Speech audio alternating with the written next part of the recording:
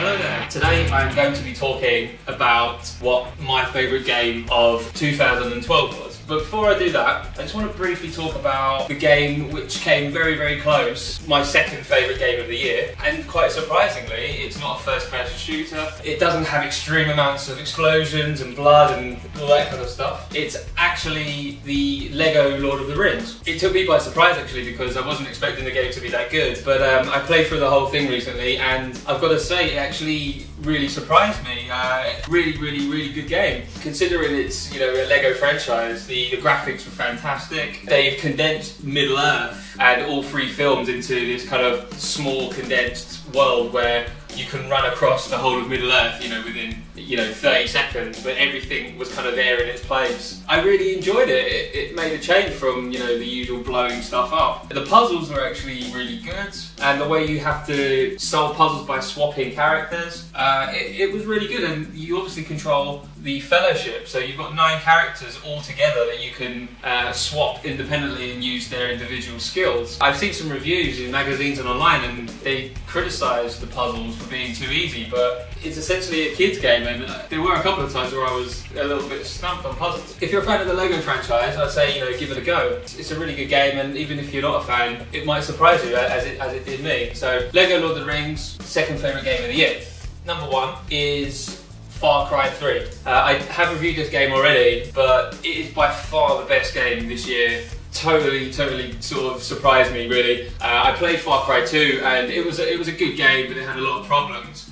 This time around, they've sort of taken the criticism of that game and they've made one brilliant all-round package. It's got a fantastic single-player mode, lots to do, side missions and bonus quests and things like that. Fantastic multiplayer modes. It's just put together really well. I won't spoil the storyline too much, but you're essentially on holiday and you get wrapped up in this sort of gang warfare on this island, and essentially you get free and you have to rescue your friends who have been taken captive, and you sort of join this island tribe.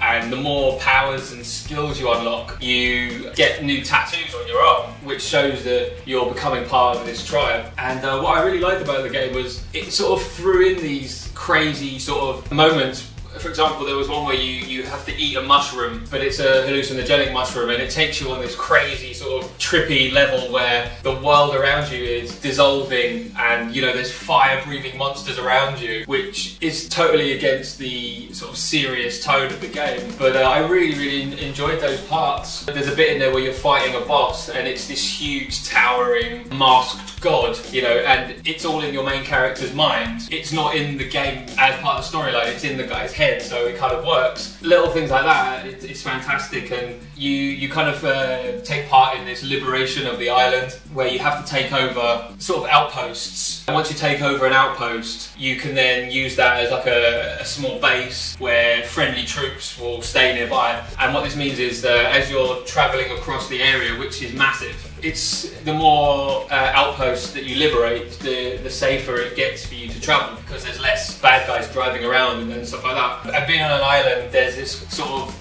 whole other side mission, but it's also quite a vital part of the game, is the killing of animals. And you use their skins to craft, for example, a bigger rucksack, so you can hold more ammunition and grenades and stuff like that. I would say if anyone's finding the game quite hard, first thing you should do is kill the animals that allow you to carry more guns. I played the game for about 5 hours with 1 gun, and it was incredibly hard because I was running out of ammunition all the time and having to swap guns. I went for a machine gun, a bow and arrow, which is probably the best weapon in the game because you can attach grenades to it. So you can reenact those moments from the Predator movie where, Arnie shoots the bow and arrow grenade, which is awesome. And one good thing is the more you unlock, the game actually became harder. When you first start the game, the troops are sort of your bog standard local military or peasants with guns, but the more you progress in the game, the enemies become harder. They're wearing body armour, kind of like the Juggernauts from Call of Duty, which is good because it meant that you can attack an outpost and all of a sudden you're surprised because there's actually trained military personnel with body armour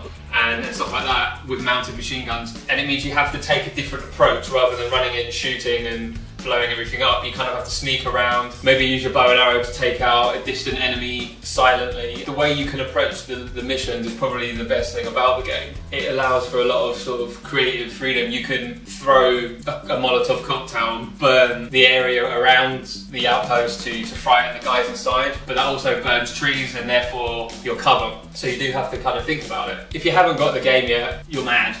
You need to pick this up now. It's got a good sort of 15 to 20 hours single player campaign, and the multiplayer mode is great as well, so that will keep you going even longer. So Far Cry 3, my game of the year. Thank you for listening.